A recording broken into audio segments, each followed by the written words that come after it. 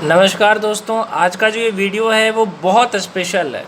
इस वीडियो में बात करेंगे सेक्स के बारे में, पॉर्न के बारे में, मास्टरबेशन के बारे में और जो शादीशुदा लोग हैं उनके बारे में बात करेंगे। तो ये वीडियो को पूरा देखना। सबसे पहले हम बात करना चाहते हैं मास्टरबेशन की, मुट्ठ मारना। मास्टरबेशन का मतलब क्या होता है? मुट्ठ मारना या हस्तमैथुन। तो मुट्ठ मारने का क्या नुकसान है? जो लोग भी अपने लंड को हिलाते हैं, पानी निकालते हैं, तो उससे क्या क्या नुकसान होता है? तो सबसे पहला नुकसान ये होता है कि आपका दिमाग कमज़ोर होता है। दूसरा नुकसान ये होता है कि आपका शरीर कमज़ोर होता है। आपके शरीर की हड्डियां कमज़ोर हो जाती है, आपका बॉडी नहीं बनता है, आपका दिमाग कमज़ोर हो जाता है, आपकी आँखें कमज़ोर हो जाती है, आपके चेहरे का चमक चला जाता है, आपको हाथ में दर्द, पैर में दर्द, घुटनों में दर्द, कमर में दर्द रहता है, बार बार पेशाब लगेगा, आपका जो स्वभाव है वो चिड़चिड़ापन हो जाएगा, आपको बात बात पे गुस्सा आएगा, क्योंकि आपने मुट्ठ मार के अपने शरीर का ताकत निकाल दिया। इससे होता क्या है कि आपको चिड़चिड़ापन आएगा, गुस्सा बहुत जल्दी आ जाएगा, पढ़ाई में मन नहीं लगेगा, कोई भी काम करोगे जल्दी थक जाओगे। जैसे छोटा काम भी करोगे ना, जल्दी थक जाओगे। क्यों? क्योंकि आपने अपने शरीर का ताकत निकाल दिया, तो अब जल्दी थक जाओगे।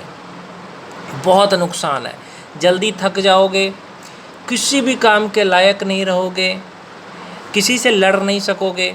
जैसे तुम्हारी बहन को कोई छेड़ा, तुम लड़ नहीं पाओगे, तुम्ही को उठा के पटक देगा।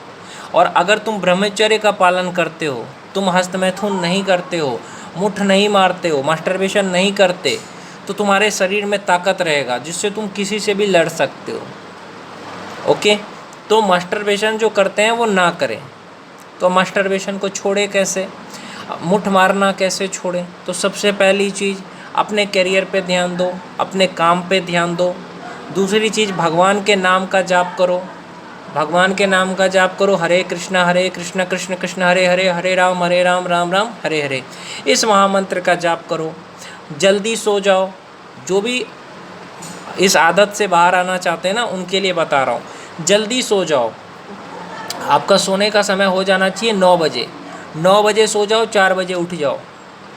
अगर आप चाहते हो, इस आदत से बचना चाहते हो, इस आदत को छोड़ना चाहते हो, तो 9 बजे सो जाओ और 4 बजे सुबह उठ जाओ। और एक बात कहना चाहूँगा, इतना ही नहीं, आपको और क्या करना है? 4 बजे सुबह उठ करके नहाना है, ब्रश करना है, आधा घंटा एक्सरसाइज करना है, नाम जाप करना है और भगवत गीता पढ़नी है। 10 पेज भगवत गीता पढ़ो या भगवान की लीलाओं के बारे में पढ़ो और प्रवचन सुनो। प्रवचन सुनने का मतलब है कि भगवत कथा सुनो। इससे क्या होता है कि आपका दिमाग में जितनी भी गंदगी है वो निकल जाता है। और गंदी चीज़ें मत देखो, ब्लू फिल्में मत देखो, पॉर्न वीडियोस मत देखो। जब आप गंदी फिल्में देखते हो तो आपका मन करेगा कि आप मुट्ठ मारो, इसलिए गंदी फिल्में मत देखो। आँखों से कुछ भी गंदा मत देखो, मुंह से कुछ भी गंदा मत बोलो, कान से कुछ भी गंदा मत सुनो। इन 3 चीज़ों पे कंट्रोल करना है कि हमको आँख से कुछ भी गंदा नहीं देखना है, हमको कान से कुछ भी गंदा नहीं सुनना है, गंदे गाने नहीं सुनने हैं, गंदी बातें नहीं सुननी है, मुँह से कुछ भी गंदा नहीं बोलना है। अगर आप इन 3 चीज़ों पे कंट्रोल करोगे तो धीरे धीरे ये आदत छूटती जाएगी। जिम ज्वाइन कर सकते हो या एक्सरसाइज कर सकते हो। अब अगर नुकसान हो गया है, अगर आप 10 से 15 साल से मुट्ठ मार रहे हैं, आपकी आदत है, तो इसको छोड़ने का तरीका मैंने बता दिया ना।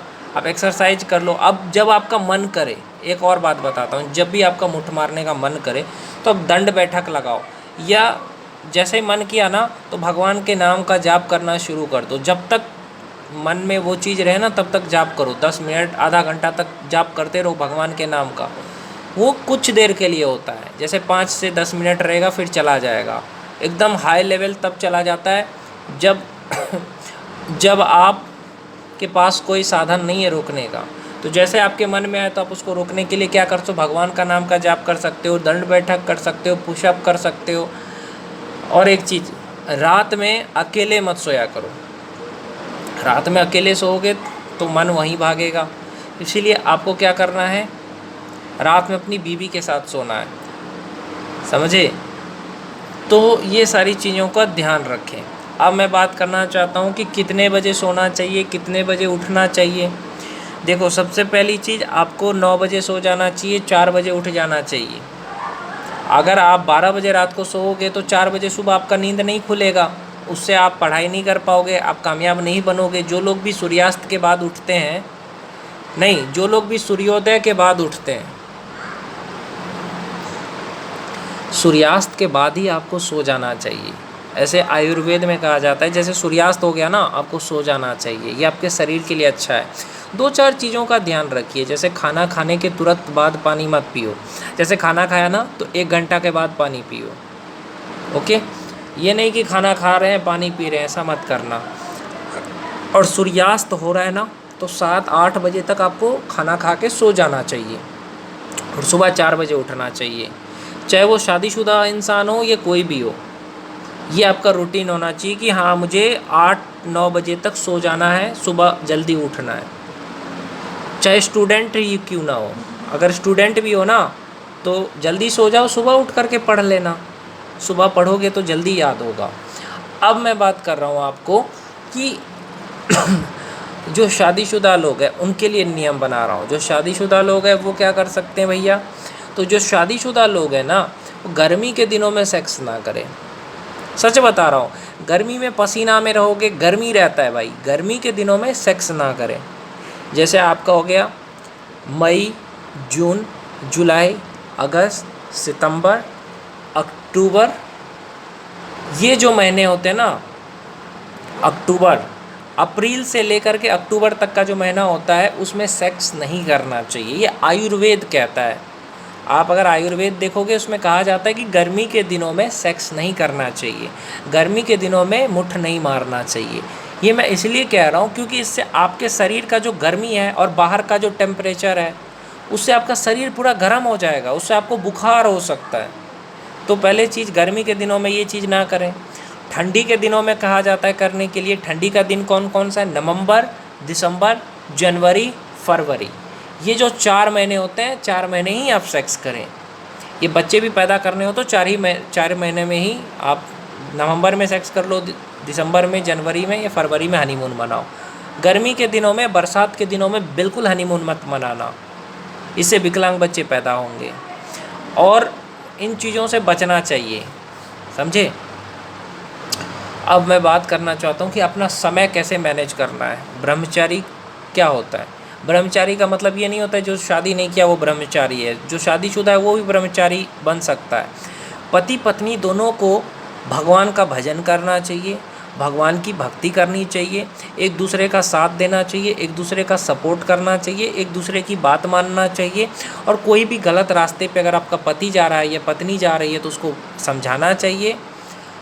और कोई भी सेक्स भी ज़बरदस्ती नहीं करना चाहिए। जब आपके पति का मन हो तभी करना चाहिए, ये जब आपके पत्नी का मन हो तभी करना चाहिए। पति पत्नी को एक दूसरे का वफ़ादार होना चाहिए।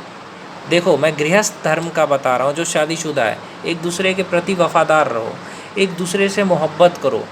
प्यार में सेक्स में फ़र्क होता है। प्यार दिल से निभाया जाता है। प्यार मतलब ये नहीं होता कि सेक्स करो तो ही प्यार है।